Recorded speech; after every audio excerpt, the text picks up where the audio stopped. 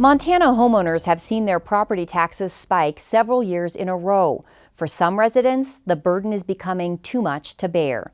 Lawmakers have debated numerous tax relief bills this session, but none of them have passed so far. As Montana PBS's Hannah Kearse reports, with the legislative session winding down, there's concern that lawmakers may not be able to get the job done. Ray and Kay Campeau are the current stewards of this historic Bozeman house, known as the Julia Martin House.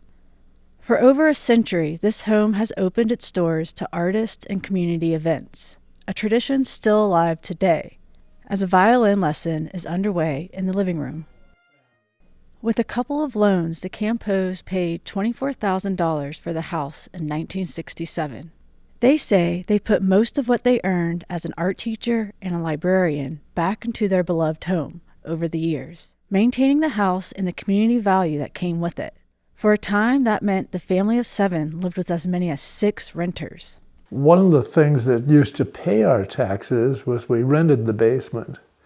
We rented the basement from when we first moved in here. We tried to keep that as low as we could keep it. We were lower than anybody anywhere.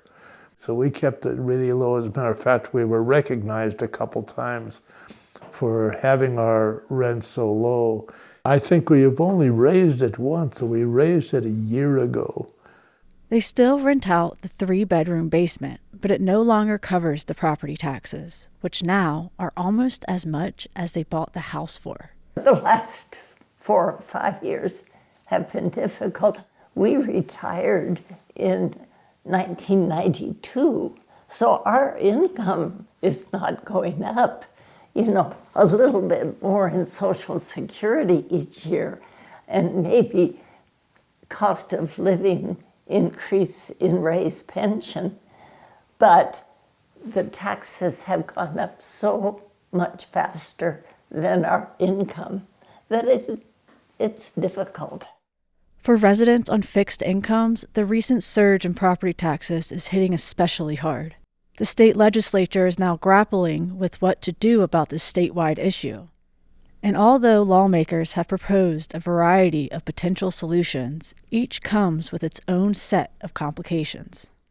Take Governor Greg Gianforte's favored solution, House Bill 231. It proposes raising taxes on second homes and short-term rentals to offset lowering taxes for primary homes and long-term rentals. Supporters say the solution targets out-of-state homeowners who don't pay income tax. But opponents argue it's too complex and shifts about $180 million of the tax burden onto certain other residential properties, which leaves many Montanans with even higher property taxes. The only mandate our constituents gave us was property tax relief, and we're going to go home and tell a lot of Montanans, we raised your property taxes by 67%. That is the governor's own Department of Revenue numbers. This is this is counterproductive. After failing to pass the Senate, much of House Bill 231 now resides in a new bill, Senate Bill 542. However, many lawmakers are supporting a different approach in Senate Bill 90. It taps into the state's lodging tax revenue to fund an annual tax credit to homeowners. If you think we can fix property taxes, guess again. Because we are touching on every bill. There are so many problems that we are facing, whether it's Billings, whether it's a small business owner, whether it's a second homeowner or whatever. We just really can't fix it. I keep going back to 90. If we got $100 million in there, it would benefit a lot of Montana primary residents. And another bill making waves in Helena, House Bill 528. It proposes a significant cut to residential property tax values. This would shift some of the tax burden onto other types of property, raising concerns among businesses. The bill would also reduce the state's School Equalization and Property Tax Reduction Account, or SEPTR, which is the state's education fund.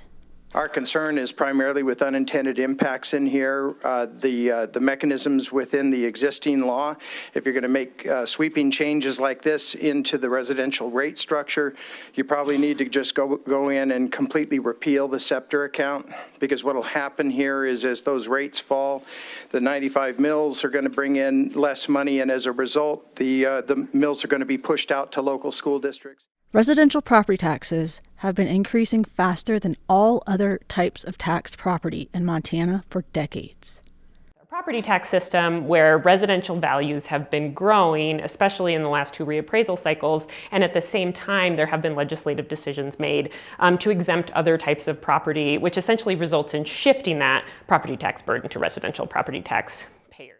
But after the 2023 reappraisal cycle, most counties saw dramatic spikes in home property taxes. The median statewide residential property taxes increased about 20%. In Gallatin County, that equated to most residents, including the Campos, paying between $500 and $1,200 more in their property taxes than the previous year. That's because Montana's residential market is exploding. It's the state's most valuable property tax. And some say cutting that tax rate would unfairly shift the tax burden onto different property types, like businesses and farms.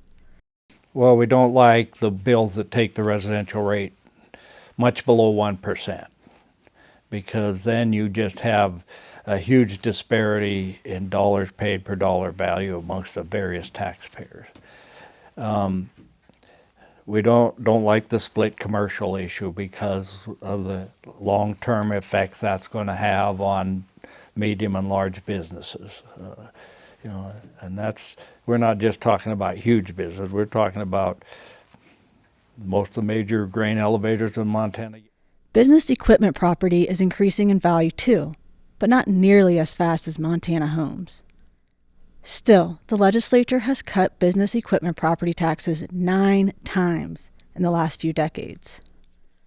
And another exemption that will remove about 300 more businesses from the tax roll is currently on track to reach the governor's desk. The legislature over time chipping away at the property tax base, in particular, like examples of this would be our intangible personal property tax exemption, or the repeated attempts to exempt business equipment tax from taxation, right? If the legislature can't agree on a long-term relief plan for residential property taxes, residents can expect another hike in their tax bills. And as the debate continues about who should shoulder more or less of the tax burden, a piece of Montana's tax structure hasn't gotten much attention on the legislative floor. Most of these reform conversations that have happened over the years are happening without bringing the elephant in the room into the conversation in a meaningful way. But I would argue we're not going to fundamentally or structurally change our system without having a serious adult conversation about a sales tax. To lower property taxes, the state legislature has considered rebates, tax credits, and shifting property tax responsibility. But as it continues cutting taxes elsewhere, the cost of public services like schools, police, and roads is increasingly falling on the shoulders of homeowners and local governments. You can't keep piling more and more costs on the property tax system.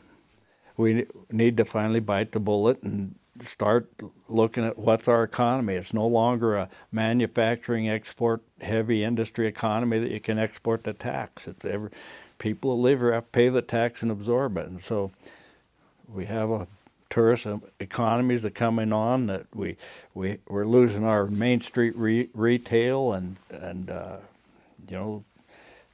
internet sales are a bigger part of Montana. We don't get any revenue off of that.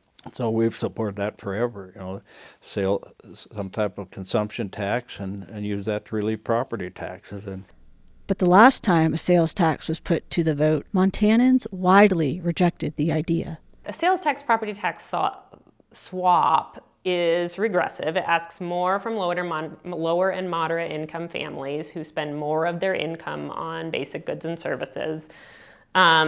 And it's also more volatile. I don't think a sales tax is the solution. I don't think Montanans think a sales tax is the solution. I think holding on to the income tax system that we have is a much more stable revenue source and is better for the people of Montana. The legislature could end up with a short-term solution like it did in 2023 with a 2-time rebate of $675. But for many, this did little to offset the jump in their property taxes. I just don't feel there's been thought into a long-term solution that makes it equitable. Because that's the thing, is right now it's not equitable. For the Campos, the future of their home is still unclear, as the next generation wrestles with how to maintain their historic home among rising costs. What's become a huge burden with the taxes, and it now no longer just weighs on my folks, but we, all 5 siblings, are now thinking about it and trying to figure out what can we do to make this sustainable, because we can't take everything we make and invest it into this home, which is what my folks do. We never invested in this house thinking of it would bring us back money. We invested in this house because it would bring us back memories and cover. And we do share it with the community, and it's wonderful because we get to meet so many interesting people. We've had weddings here, we've had funerals here, and it's given us a rich, rich life. Montanans are holding out that their government can provide meaningful relief on property taxes. And for many, it's a crucial step to staying in the communities they've helped build. With Impact, I'm Hannah Kearse. With just over a week left in the session, lawmakers could come up with a stopgap measure like another rebate if they cannot agree on a long-term solution.